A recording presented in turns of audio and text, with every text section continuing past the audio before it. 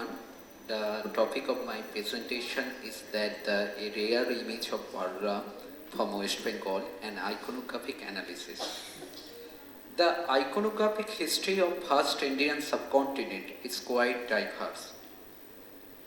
During the pre-Harappan period, the people of the northwestern part of Indian subcontinent began to develop a trend of image making. Over time, trend evolved and became intricately sophisticated and refined. Of the image were greatly influenced by exposure both classical and folk characteristics. The emergence of complex urban society in the 6th century BCE brought about the paradigm shift in the world of religion thought. Puranic pagan worship became increasingly popular in the place of the sacrificial worship. This resulted in the emergence of the several major and minor deities in the Gupta and early medieval period, and their iconographic feature also involved. It is associated with various subjects such as wrestling, agriculture, etc. Balabhadra and Baladevo also found in Jainism. Shankarshana or Balarama in Indian archaeological and the literary sources. According to the ancient Indian archaeological and the literary sources contain reference of the Shankarshana or Balarama. Kautilya Arthashastra, written in the 4th to 3rd century BCE, described the Shankarshana as a yogic man with matted hair. Patanjali Mahabhashya identified this as a source of Krishna's power, but Mahabharata and Pali literature Nirdesha recorded the story of birth of the Shankarshana or Balarama and in his popularity as a deity. During the archaeological excavation, various artifacts such as inscription and coin were discovered which mention Balarama as a famous minor deity of that time. The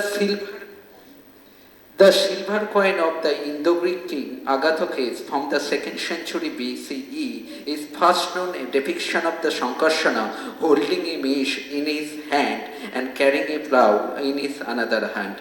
At the beginning of the Naneghat inscription, which is inscribed in the cave in the Western Ghat and date back to the 1st century BCE, here the deity Shankarshana, Vasudeva, Chanda, Surya and 4 powerful Lokspalas, Joma, Varuna, Kubera and Vasava are praised. Again, the Kushundi inscription, written almost the same time, tells us that the Ashwamedha sacrificial Bhagavata king Sarvatato built a rock enclosure, Narayan Botika or the stone sign for Shankarshana and Vasudeva. On the other hand, Morawell inscriptions state that the image of the Panchavishnu Veeras were preserved in the temple. Shankarshana is one of the Panchavishnu Veeras mentioned in the context. Image of the Krishna and Balarama probably seen in the petroglyphs of the Chilas prison in present-day Pakistan. Past story of the Shankarshana or Balarama. Several Puranas, including Mahabharata and Jaina literary text Harivansha, describe the birth story of the Shankarshana and Balarama. The Mahabharata identifies the Balarama as to be a son of the Rohini and the incarnation of the Narayana. He is described one of the deities of Chaturbhuva. On the other hand, several mythological texts such as Vishnu Purana, Bamba Purana, Bhagavata Purana and Harivansha refer the Balarama or Rohini originally conceived by Devaki, but later he was transferred to the home of the Rohini. The iconography of Balarama. Several mythological texts, including Vishnu Purana, Bhagavata Purana, describe the iconographic feature of Balarama. Besides this, he holds Shankha, Chakra, Pasha, Ankusha, and Hala or plough. But one thing has been noted here that Balarama is holding plough in his hand or shoulder. Though his plough is not his weapon, he holds plough in his hand and shoulder mainly because he is associated with agriculture. In Vishnu Dharmatta Purana, describe Balarama is a god of agriculture. In the 2nd century BC, During the phase of the development of the Vaishnavism, several separate and the relief sculpture of Balarama have been discovered from Mathura, Varanasi and adjoining area. Two images of plough and mace bearers Balaram have been found in Mathura and the Varanasi. The image from Varanasi are almost similar to the Mathura cement, but miniature lion face can be seen above the head of this statue. According to the Harivansha, Balarama hold the lion-headed mace, which is probably symbol of a color or time. He is contoured over time.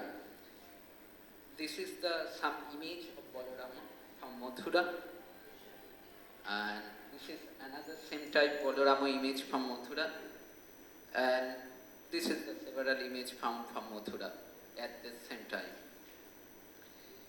Balabhadra is depicted with the Jaina Tirthankar Neminatha in the 2nd and 3rd century CE from Mathura. In depiction, Balabhadra can be seen demonstrating the Anjali Mudra while holding a plough and mace. Some other image from Mathura do not show him the serpentine head, but he is wearing the Makarakuntala in his ears. Another 3rd century figurine from Kukagan Mathura show the serpentine canopy. However, this image has two hands. This is the image.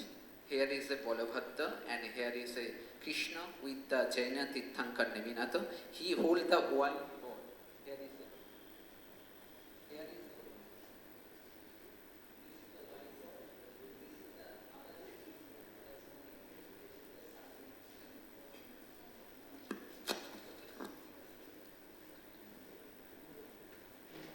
Not only Mathura, but also several images of Balarama have been discovered from the different places of MP, Bihar, Odisha and Rajasthan. Most of them were built between the 5th to 11th century CE. Some of the images from Mathura and Rajasthan show Balarama with his young brother Krishna and sister Ekansha or Subodha. Balarama's wife Revati is also present next to some of these images. This is the image with Revati from Khajuraho, and this is the very famous Balabhadra, Subodha and the Jagannatha image in Puri, Odisha. Before the early medieval period, the representation of the Balarama is very rare in Bengal. At 8 to 10th century image of Balarama has been discovered from Paharpur, but its artistic style is nothing extraordinary. The two upper arms of four arms of Balabhadra hold the mace and plough, while one lower hand holds the wine pot and another is placed on the waist.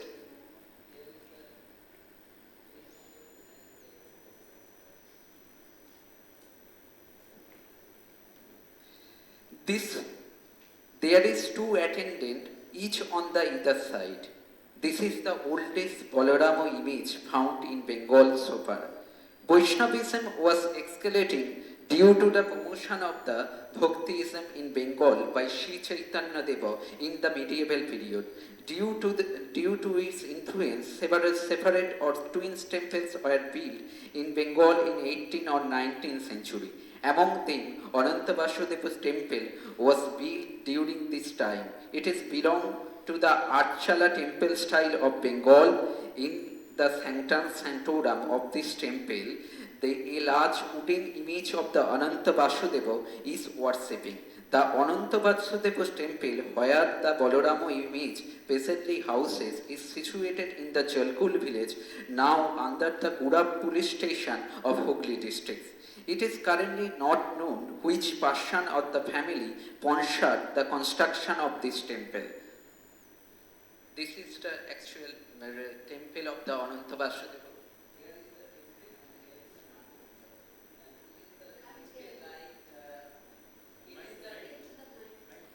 It is the temple like Archala style of Bengal. Taru or wood is the one of the 7 elements mentioned in Silpo Shastra for image making. The history of the making wooden sculpture in Bengal has rooted in the 6th to 7th century CE. However, most of these wooden sculptures from this era have been lost due to the humid climate of this region. The uniqueness of the Ananta Vasudeva image. This is the Ananta Vasudeva image. This is the wooden image. It belongs to the 18th, 19th century. This is the Ananta Vasudeva image. Here is the Vasudeva and here is Ananta. Here is the Vasudeva.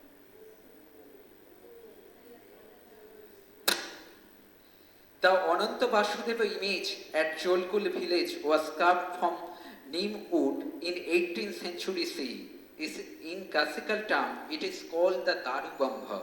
The characteristic feature of this image is that the 4-armed Vasudeva reclining on the lap of the 14-armed Ananta or Balarama. However, he holding different weapon by 12 hand only, 6 on the east side, trident, mace, bow, plough, lotus in the right hand, and 6 left hand are adorning with the sword,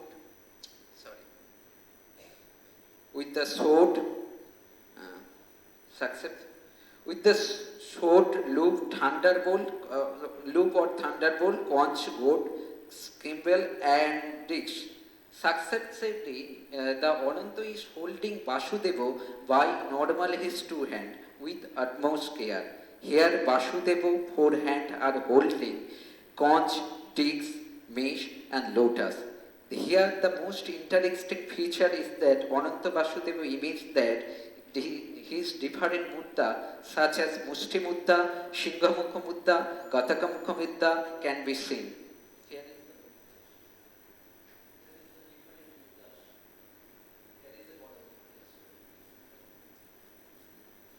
The uppermost right hand displays the Mushti mudra. The Katakamukha mudra in the next. Another 2 right hand display the Shingamukha mudra and Mushti mudra. On the left hand, the Mushti mudra, Shingamukha mudra, Darjani mudras are displayed respectively. A total of 2 hands, each on the both sides, display the Baroda mudra can be found. This mudra generally symbolize the strength, energy, wisdom, beauty, and fulfillment of the devotee's desire, which is consistent with the mythological character of Balarama. Ananta's skin color white in color, he wearing various types of ornament in all over the body. There is a 2-tiered snake hooded canopy above his head. 13 snake hood can be seen on the first level and 1 snake can be seen on the second level.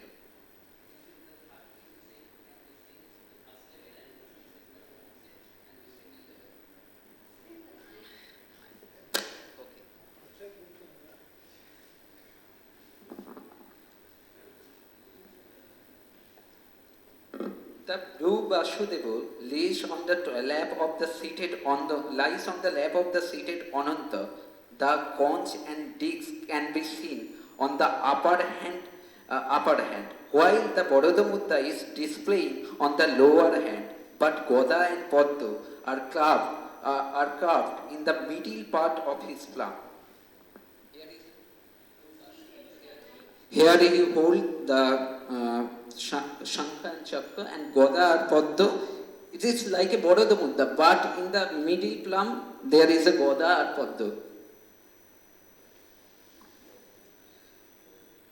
Most of the image of Balarama that can be seen in Bengal are standing, but the image of the Jolkul village is seated. Here the Vasudeva laying on the lap of the Ananta as mentioned earlier, a rare image of this kind in India. Although the Ananta Vasudeva image similar to the image of the Balarama of Boro village. This is the Balarama image of Boro village in Bardhaman district. 14th century CE, and this is the Ananta Vasudeva image from Jalkul village. Here is a Boro Balarama standing, but Ananta Vasudeva image is sitting.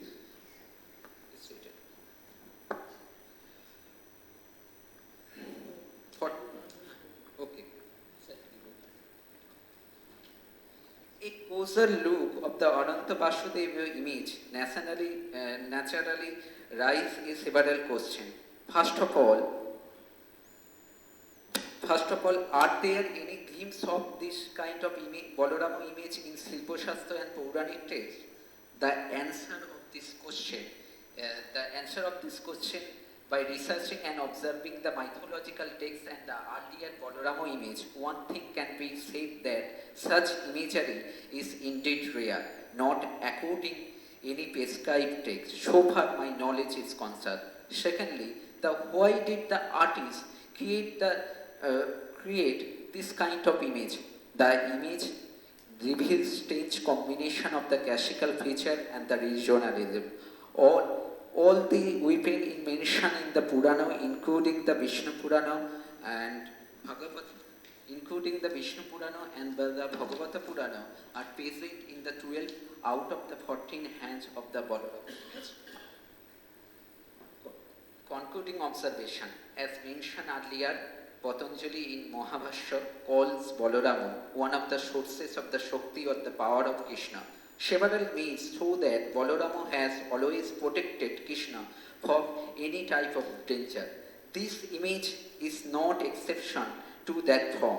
On the other hand, under the influence of the Vaishnavism in Bengal, Narayan and Krishna may be manifested in the Vasudeva form. That why he holds Shankha, Chakra, Gada, Padma like Narayana, the position of his bent leg like Shri Krishna. Here is a position of the Shri Krishna legs bent also. Although the artist reduced the height of Vasudeva figure to represent the Balarama young brother, but keep his divine form intact, hence the weapon in his hand. The artist, inspired by mythological story, gave the more priority than his own thought or the artistic entity than the artistic instruction. Hence, the exceptional form of the Balarama reveals in this imagery, which adds a new feature of the history of Bengal as well as the Indian iconography. Thank you very much. This is the acknowledgement, and this is selected bibliography.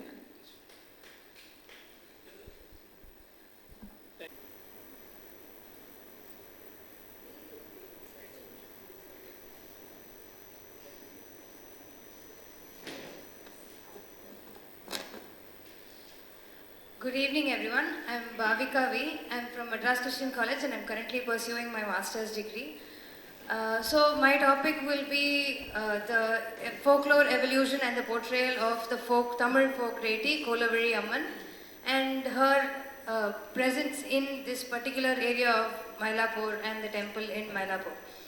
So if we are looking at the introduction, if we are looking at it from one perspective, the practice of worshipping man as a higher form of life is not something new when it comes to the history of Tamil Nadu or Tamil folk deities in particular as well. So we, from ancestral worship to the worship of hero stones and several other forms, and especially folk deities, we have always, the Tamil people have always worshipped man as a higher form of life. And it becomes more intricate when you talk about folk deities and female folk deities in particular. And the the deity I've chosen is Kolavizhi Amman. This temple, she is the guardian deity for the area of Chennai, and especially central Chennai. And as we all know, the history of Chennai starts with a group of 50 different villages that have been grouped together. And the area of Mylapore borders one of the it's one of the boundaries for the area of Chennai. So, and this particular deity, Kolavizhi Amman, is the guardian deity for the boundary of Chennai. And she is portrayed to be a very aggressive deity, which agreeably so, understandably so, because she's a guardian deity. And if we can notice, I will just straight get into the iconography of the deity. If we get into it, we can see that there are two different deities on the screen right there. The bigger deity is called Kolavizhi Bhadrakali, or Bhadrakali Amman also works. And the smaller deity is a smaller version of Amman. And if we are talking about the bigger deity, she is the actual guardian deity of the area of Mylapore in particular. And we can see her aggressive stance where she's got 15 flames on her hairpiece and there is a snake in the middle of it. And she has big eyes, which rightfully earns her her name Kolavizhi, meaning beautiful eyes. And she has 8 hands, 4 on each side. And all of her 8 hands are holding weapons. And there is an array of weapons that she is holding. And they include, if we can see, they include a trident, a sword, a drum, a double-sided drum, or an udukai, or angusam, and also the cut-off head of a Vedalam, because this is a clearer image of the same deity, and this is in the Gopuram of the temple that was mentioned above.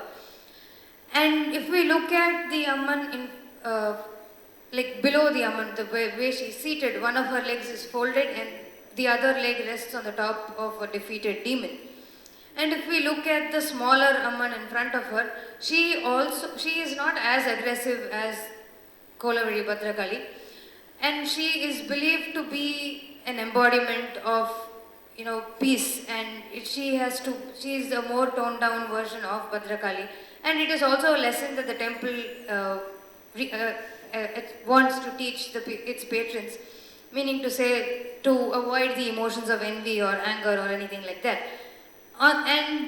This is one depiction, especially in the region of Mylapore. If you're looking at different regions of like Triplicane or Palavakam, which are two other temples of Kolavizhi Amman in Chennai, we can see different versions of the smaller Amman, while the larger Amman or Kolavizhi Bhadrakali retains her iconography or her the depiction of Kolavizhi Bhadrakali.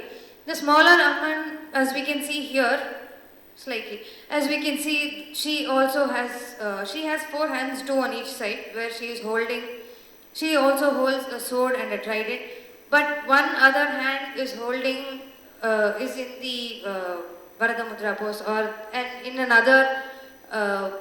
another depiction of the smaller Amman, she has also been known to be, her hand is also known to be in the Dantahasta pose, where it is, both of these are no depictions, as we know they are depictions of fearlessness and protection for its patrons. So, and if we take a step back and we are looking at, this is another picture of Kolavizhi Bhadrakali, and if we look at the bigger picture of female folk deities in Tamil culture as a whole, we can see that though there are several versions of Amman herself, like Mariamman, Alayamman, which is very close by, and Kolavizhi Amman, or any other form of Amman, the folklore behind any of these Ammans are sort of patriarchal in nature, including Kolavizhi Amman. But so the folklore behind this Amman is that while she was walking through a forest, there is a man who eyes her and describes her in a very vulgar, rude, wrong way. So she becomes enraged, she tears the man apart, she dismembers him and turns into stone in the same place, which is the cause of the origination for this particular deity. And the temple structure it's a very small temple complex where you can also see the depictions of, which are later additions obviously, the depictions of Vinayagar, Anjaneer and all of them. And we also see the depictions of the Saptamatrikas, there was another paper that was presented earlier today. So there are two perspectives to what we can understand from this when we are learning about the field of Tamil folk deities.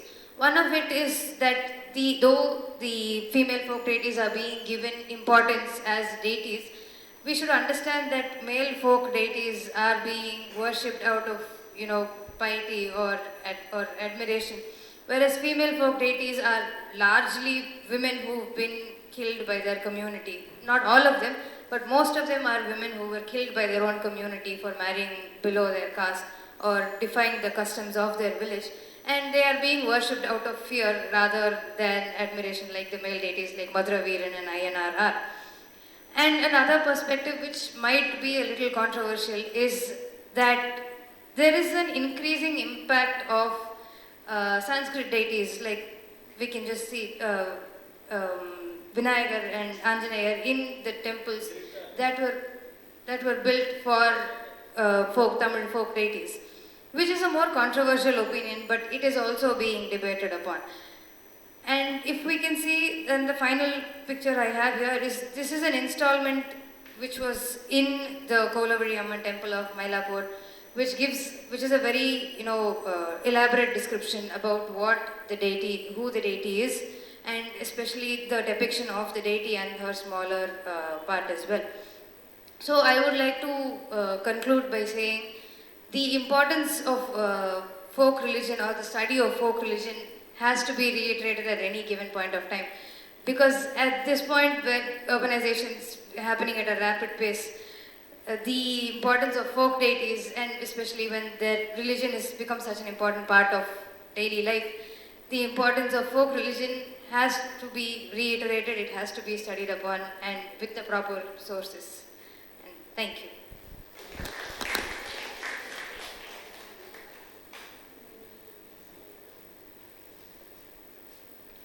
Ms. N. Lisa Rose, she is the research scholar of our institute. She is going to speak on tracing the evolution of Aiyanar in Tamil Nadu.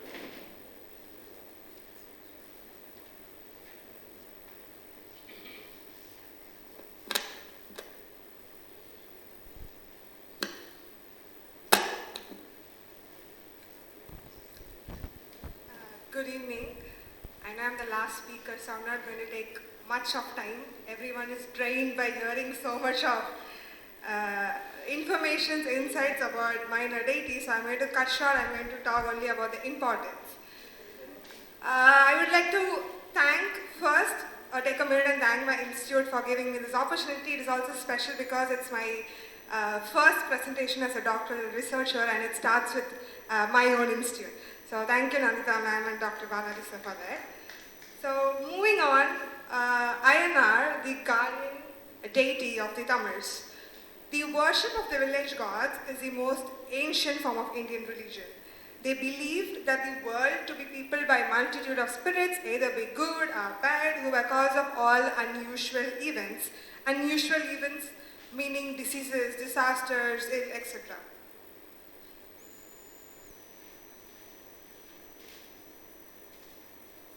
I would also like to give a parallel opinion while talking about the empires of Egypt, Nineveh and Babylon, where you have a particular linear line following from a family to a clan to a tribe to a nation, an empire, and god of that particular family, which in turns change into the imperial deity. The god I've shown here is He from the Egyptian dynasty. As I said before, a similar phenomena also unfolded in the southern region of the country.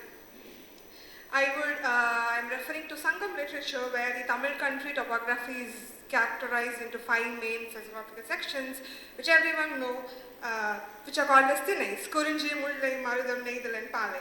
So each of these sections are very unique to their landscapes, dietary preferences, flora, fauna, but most importantly is their religion, their particular deities associated with particular 5 Thinnais, and the festivities, rituals, etc. I somehow believe this is where the emergence of local deities came up, and because all these 5 different Thinnais have 5 different local deities. These local deities, so this is a local deity. These local deities are predominantly situated at the vicinity of the villages. I would like to quote from Dr. Nandita Krishna ma'am's book. These are also, these deities can be seen next to a female goddess shrine, most probably a Mariamman shrine, but also to note under a canopy or a rivulet tree which is called as a sacred grove. In Tamil, it's called as Kovil Kadagal. Kovil, which literally means temple, and Kadagal, which literally means forest. So it's a sacred grove.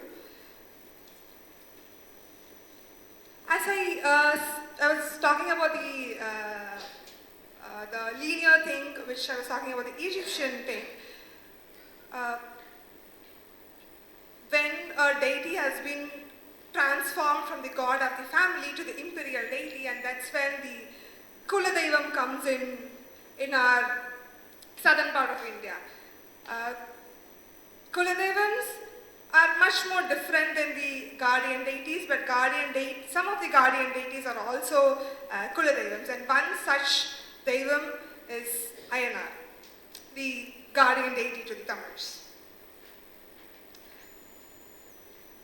This is the sacred grove I was talking about. Whenever, wherever, every village has a sacred grove. Every single village in southern part of India has a sacred grove, and next to a sacred grove we can always find Aiyanar or other attendees of Aiyanar, and you can always find female goddess shrine.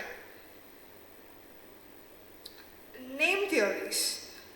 I would also like to explore the name theories behind the word Aiyanar.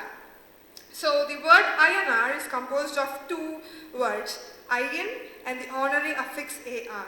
So the Ayyan in pure Tamil, which literally means to father, sage, teacher, master, etc. My presentation is going to be very modern, it's going to be very colorful as well. And the next set of theory is that, it's a very interesting theory which Ashoka Papola suggests that Aiyanar cult emerged as a consequence of Aryan migration into the Tamil country, and he also notes a similarity between the word Arya and Ayyan. There appears a mere single instance of use in Aiyanar in the Sangam literature.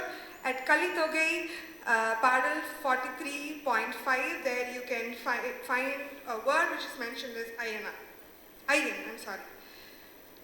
Next you have the Agama text which mentions Arya, which doesn't mention Aiyanar, but it does mention Aryan.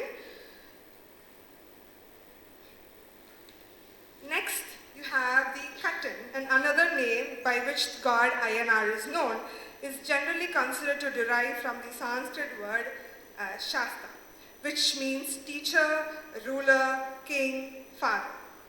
The word Katan would appear widely and have a proper noun in ancient Tamil Nadu, and many poets of the Sangam period have used the word Katan, which is the other word for Shasta, which came a little later, which refer to a divine entity. Mention may be made up of Purananura, 1st century to 3rd century AD. A simpler form is in the word AI, which literally translates into chief, elder, or leader. Next is the Puranic evolution of Aiyanar. There are two arguments about his origin. One, that he's a part of 4th century BC formation of villages networking in area, and other that he's a part of integration of Brahmin culture in Tamil areas around 6th to 7th century BC. The first account hinting at the birth of Aiyanar is resulting from the union of Vishnu and Shiva, appears in the Tamil lexicon Pinkala Nikkattu, thought to be dated somewhere between 8th to 13th century.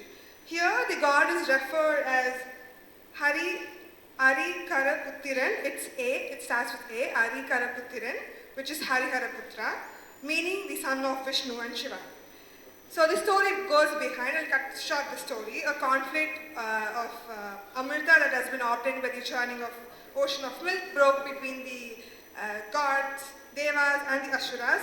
So Vishnu transformed himself into a charming damsel named Mohini and somehow got the Amritam from the Asuras and gave back to Devas. So meanwhile this time Shiva, having conceived for a desire, immediately upon setting eyes on her, embraced her, and as a result, Aiyanar was born. Aiyanar was born to these gods. So it was named as Harikaraputra, which is Hariharaputra. There is also an interesting folk etymological explanation to this particular story, which is going around in the deeper parts of the villages, is that Mohini received Shiva's seed in the palm of her hand, and because the child was born in the hand, it was named as Kaiyanar, K-A-I, Kaiyanar, Kai, which means hand, and that word was later transformed into Aiyanar. Next, we have the Shasta Aiyanar union.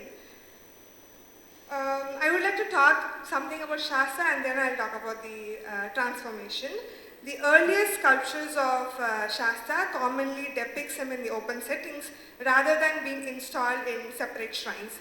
This suggests that the early period, Shasta likely had a semi-divine status as a guardian deity of temples or land. Shasta became integrated into Brahmanical pantheon as a deity known as Hariharaputra, following the myth, which can be a myth, it can also be a truth, so I'm not using the word myth.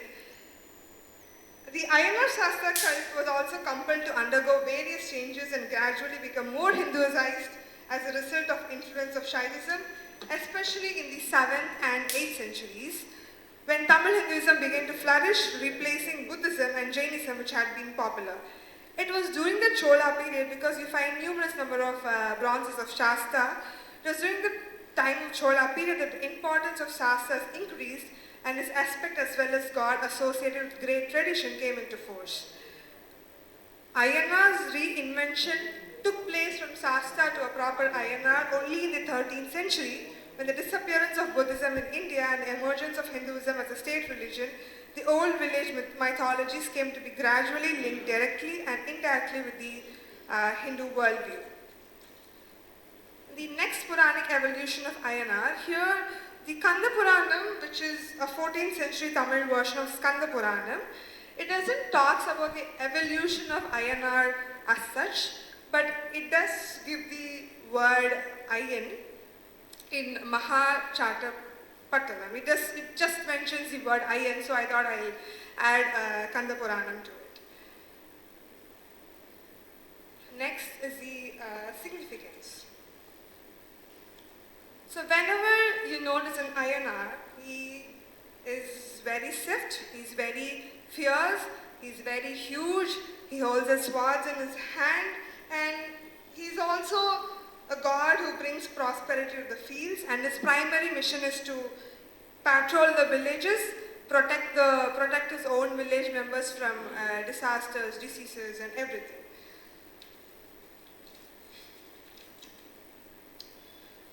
Aiyanar is also accompanied with attendants, which Bhavika was also mentioning about Madurai Veeran, namely Karupasamy, Madurai Veeran, and Muniyan.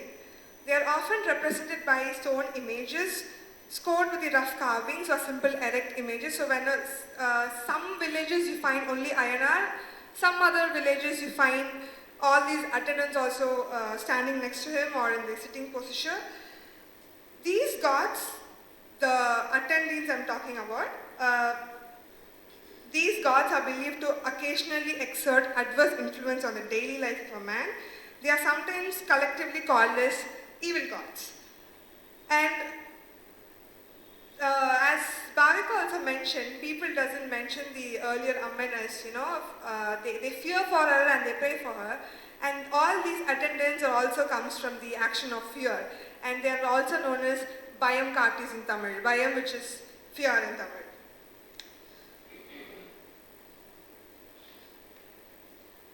Whenever you see an Aiyanar, you always find a horse next to him.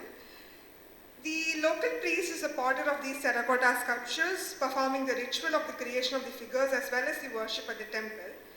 These priests belong to Vishwakarma, or the creator of the world. The process begins with a nighttime procession from the house of the village chief to the site of the shrine, where the work pit is created and which is identified as a sacred womb. and ritually demarcated by the blood of chicken. Over the next 14 days, the horse takes to shape eventually and fired an insect to with an improvised kiln. Where the horse is finished, it is dedicated in the elaborate ceremony as well. The horses are fired individually. For the larger ones, the parts like leg and torso might be made separately and then they are joined together later, usually on the auspicious 10th day of the production. Once the horses are made, the inauguration of these horses are celebrated as very big festivals. The head of the potters, who is also the priest of Aiyanar, these are non-Brahmanical priests, takes a handful of clay from the village tank, which is usually near the Aiyanar sanctuary. He then places in a brass plate and handed to the village headman, and that's how the whole, the procession takes place. I would also touch on the iconography of Aiyanar. The right towards the left one you see, this Aiyanar was dated around 7th century CE, which was found in Uttaramerur, very near to Chennai. Pallava era Aiyanar sculptures usually have a horse, interestingly, and also has a dog nearby. That's the earliest sculpture which I'm talking about. Is found in Masiyappan temple in the southwest. Here the Aiyanar sculpture is carved on a relief on a slab of a stone. The sculpture is 4 feet high and has been, the Sanamudi is clearly visible and ears are said to hang over his shoulder. He's seen wearing heavy kundalams. His right hand is placed in the position of holding a sentinel and left hand is placed over the thigh. You can also figure out a lot of ornaments on him, on his neck, on his chest, on his waist, on his wrist as well. There's also Samara and umbrella are shown around Aiyanar's head. A beautiful house is carved on the left. I'm not sure whether it's very clearly visible, but it's on the left, and also dogs are carved seating near his legs.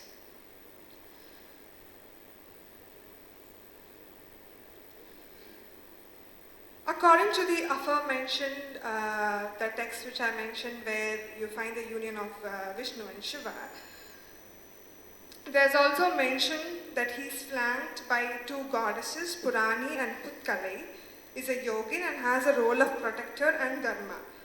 A Sanskrit text, Shubhra Veda Gahama, gives his name concerts as Madana and Bharani, and there's also instances in which he is to be accompanied by his consort names Prabha, a single consort, and his son Satyaka. Aiyanar, as I said before, is often well-built warrior. So immediately when you look at Aiyanar without his wives, he appears nothing other than fact that he's a yogin or a brahmachari. I'm talking when you look at Aiyanar without wives. And when you look him with his concerts, suddenly he becomes a householder. I'm drawing a parallel attention to the main Hindu pantheon gods, where you see Murugan, where he has 2 concerts, and you see Shiv, where he is also a householder, he is also a religious practitioner, and I thought I'll bring this parallel to Aiyanar. Aiyanar, horses. Why did I choose Aiyanar? Because of the horses. That is what made me to write about Aiyanar. Because horses, you usually see horses are majestic, which symbolizes attributes of heroism, triumph, courage, freedom. Also, whenever you see a person associated with horse, you see they are of higher rank, you see they are a ruler, you see they are a warrior, someone high in the society. But somewhere in the remote part of a village, a minor deity is given horse as his vahana. That is very intriguing point to think as well. You could also find a large number of horses. It can vary up to 50, it can vary up to 100. As I said before at the introduction, almost all Tamil villages have a sacred grove, we have a Mariamman shrine, and this female power is when her grove is not protected properly, she kinds of give diseases and disasters to the village people, and that's when the guardian deity comes into action, and that's when you have all those Aiyanar and Madurai Veeran standing next to the women deities. The Tamil horses stand before us, however, not as a direct evidence of the new power structure, but as an X-ray of phenomena that is difficult to perceive since the actual circumstance of a rupture is unknowable. Was it swift or protractable? Was it violent or was it peaceful? Was it accepted or resisted? When did the horses appear in flesh and blood? And when did they disappear and become gods? Who knows? It's all been rendered invisible in a body of social society, and that's what we call as tradition. The Tamil horses are the quad-era demonstration of a historical event, even though the timing and the circumstances of the event are precisely known. These clay horses embody a complex system of significance that allows for the historical erasure. They serve as an epitome of modernity, existing firmly in one temporal dimension while simultaneously transferring into another. I end with this. Thank you.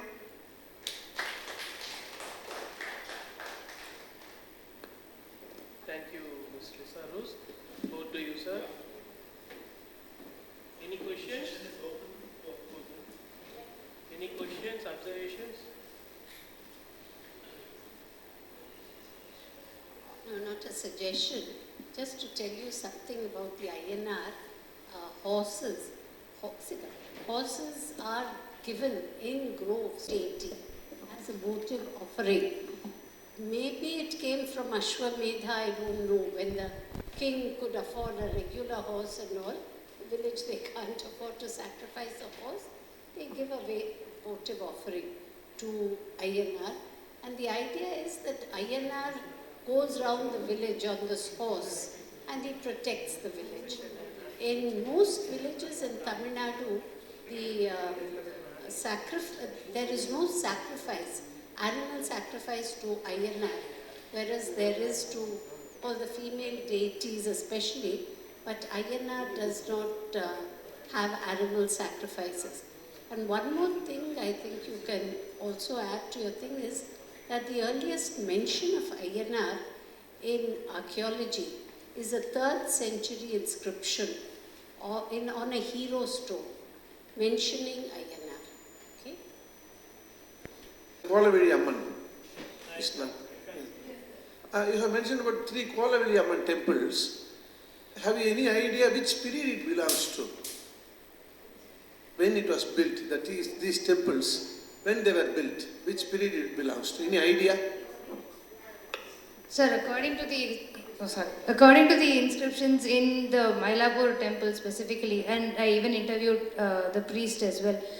So, according to him, there are 2 different time periods according to which the temple was built. One where the sadhus or the Chittar Vadipadu, they say, according to that, it's around 10,000 years ago. While according to Adi Shankara's accounts and his calculations, he says it's around 2,600 years ago. So there is a conflict there as well.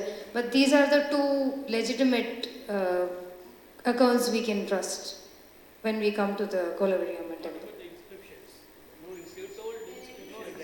No, there are no particular inscriptions, but the installment I showed was a donation that was given to the Kolavizhi Amman temple during the Kumbhabhishekam in 1985.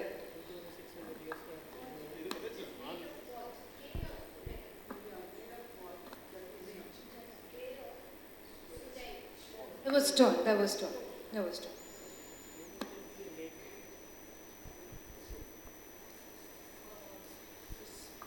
Madurai Veeran and Aiyanar are same or different? Different. In every way? Yes. But Ms. Lisa, she has mentioned that is an evil god, something Aiyanar. But no, you have postulated a lot of theories, you should have the references. You have postulated a lot of assumptions. We should have the references also for those things because it should be documented. That is very important, as our senior scholars already mentioned, that is very, very important. Yeah. Yeah, I think the kids have taken the time, and I congratulate all the three of them for doing this work. In reality, I was very impressed with Balarama comparatively than that of the other two. Well done, really done. Yeah. Because you have a cup of tea now, that's yours. You have to do really a hard work in order to serve it to everybody. Because particularly the image that you have got in your hand with Balarama carrying the Vishnu, that is to say, like, it is the anthropomorphic Shesha is holding the Shesha Shayana Murti only. That is once again a Shesha Shayana. Now I do not know how you are going to reconstruct the whole thing. Yeah, you have to check your literature because Bengal doesn't leave you that easily without any literature. You will have to dwell into that. Yeah, unless and until you are not going to get the right answer for many things, whatever you have been speaking about. But in particular, I would like to ask you one of two questions also. Is it only Balarama holds the plough, or the other Dashavataras do hold the plough? If the other forms hold the plough, do you treat them as agriculture deities?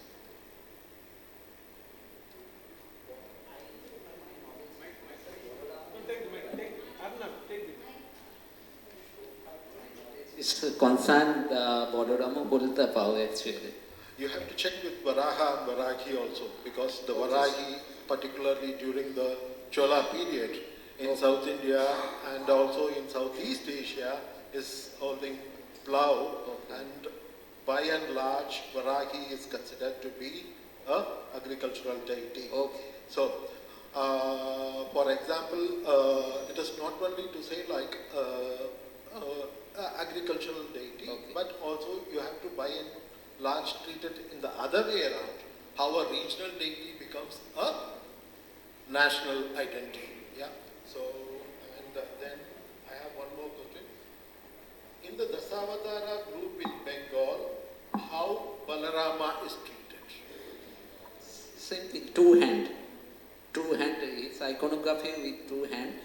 One hand hold the No, the numbering in the Dasavatara. 8 position. 8. Yeah. 8 8. after Rama. Okay. And yes, yeah, thank you. Thank you for Sir, doing thank you. the work, and I wish you that you have to do really a hard work to finish the work.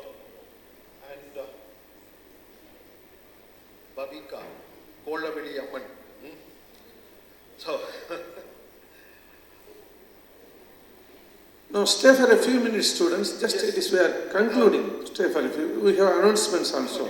how do you treat, to which period really the image, that is the, in the Garbhagraham you have a deity. So, to which period you can date it? That's the question in here.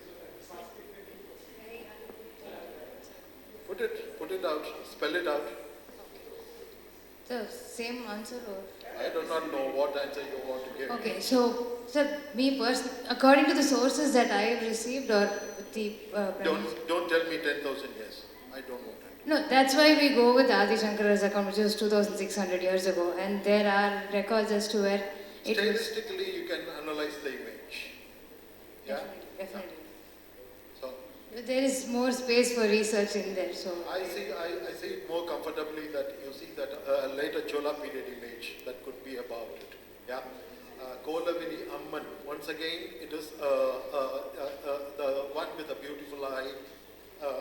That is kolavizhi. Once again, the term itself, it puts up two terms. That is kola and vili.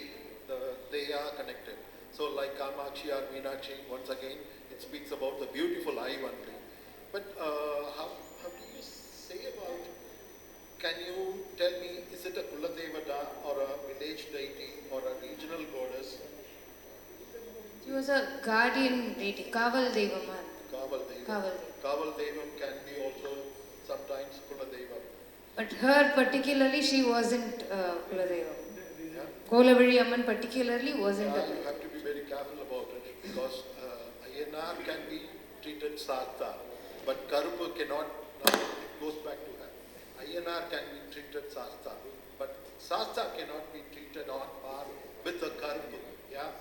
Because the Karupu Swami, he needs Bali. Sartha doesn't need it. But you have some, is it your first paper? You are doing your PG. Huh? Yeah, at the PG level, whatever you are doing is okay. Now you have time to cope up with things. But at the PhD level, just citing, for example, Changam literature spontaneously and then moving to a Bhakti literature, that is Mogini and Bhikshadana, giving birth to a child, Kai Annan, Kai Annal. No, shifting too much early, yeah? Because when you speak about Changam literature, put all the effect on Changam literature, finish that point, and then go on to the Bhakti literature. Then take it for granted, analyze whatever the material you have taken it from the Bhakti, is it worth doing it with Aiyanar or not? Put those questions for yourself and get the answer. Then you post the question with us, yeah? Because certainly it becomes a little bit difficult at many times that in this past 5 years or so, the material you have taken, most of them, the photograph that doesn't belong to you, yeah, both of you. I think it has either come from some popular site, Facebook, yeah. I've seen both of it. The type. No. That's not at all possible until you visit the temple and take the photograph for yourself. You cannot speak about that particular image at all, because when you say a 7th century image, yes, of course, Veludharan does a good job because he goes around and he makes the photographs and he's plotting it on the social media. But you cannot take it for granted always, yeah? Because Veluppuram and this region have got much more material, raw material of Pallava period that needs lot of analysis.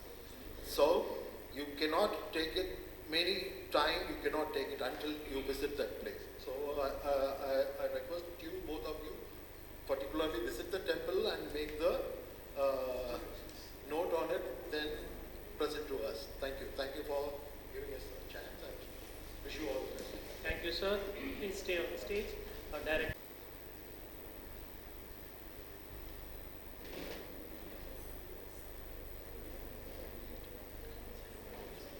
We conclude today's program here. Yeah, thank you for staying back again, students. Just say one thing. Whoever has their paper with illustrations, please make all this, take all the suggestions, make any corrections, and please send it to us. And send it to us fast, because we always publish our seminar proceeding.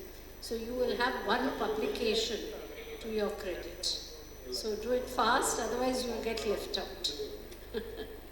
Beginning with the special lecture of Chodamani Madam. So you can't afford to miss that. So please be here by 9:50, 9:45 so that you can accommodate 4 special lectures followed by the technical sessions as well as today. Tomorrow we will try to conclude as scheduled. Almost we are going on schedule. Since we want to accommodate all in one place with video recording, we have changed the sessions. And I have only kindly apologize.